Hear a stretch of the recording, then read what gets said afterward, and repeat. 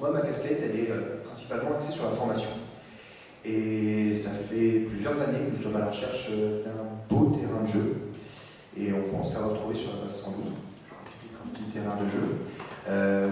On a déjà des centres de formation, indirectement, mais de très très beaux terrains de jeu avec nos centres de formation alternants, avec Almea, avec le CFA du BTP, qu'on accompagne, qu'on aide et qu'on collabore avec. Mais on recherche autre chose. Puisque la promotion des métiers, la promotion de l'artisanat, ça passe aussi en amont et en aval.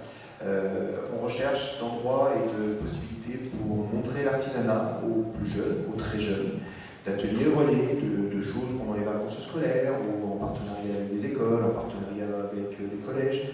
On peut intégrer des étudiants, des décrocheurs scolaires ou pas, sur des vrais métiers du quotidien, menuisier, boulanger, pâtissier, et montrer ce que c'est que l'artisanat, le quotidien d'un artisan. Mais également, l'artisan, une fois qu'il est installé, il a besoin d'accompagnement pour se développer. Il a besoin aussi d'atteindre certains paliers structurels. Je pense, on a un exemple très concret, au quotidien, on contacte par exemple des milliers de food trucks qu'on voit qui se déplacent de lieu en lieu, etc. Ne peuvent pas répondre à des projets ou à des appels à manifestation sur des gros salons, sur des gros événements, sur des grosses choses festives, parce qu'ils n'ont pas la structure en amont pour produire, etc.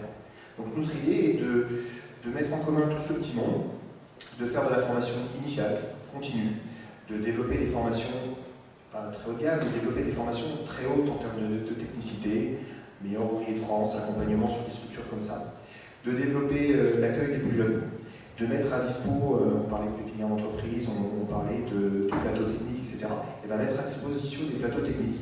Ce côté incubateur d'entreprise, côté, pas location, mais mise à disposition de locaux qu'on aurait, de machines-outils, de salles de préparation, de traiteurs, etc.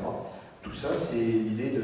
Ça ne peut fonctionner qu'avec ce côté transversal, associatif, accueillir des associations, accueillir des jeunes, accueillir des très jeunes, accueillir des moins jeunes, faire de la formation continue. Voilà, l'idée c'est de quitter la structure habituelle qu'on a de la formation, école, collège, CFA pour nous, ou lycée professionnel, etc., etc.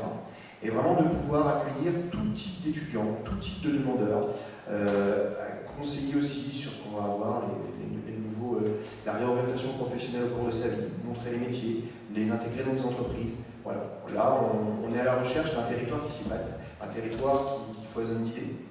Et c'est le cas de la base 112, c'est-à-dire qu'on va avoir beaucoup d'entreprises, on va avoir beaucoup de particuliers, beaucoup de professionnels, de structures, etc.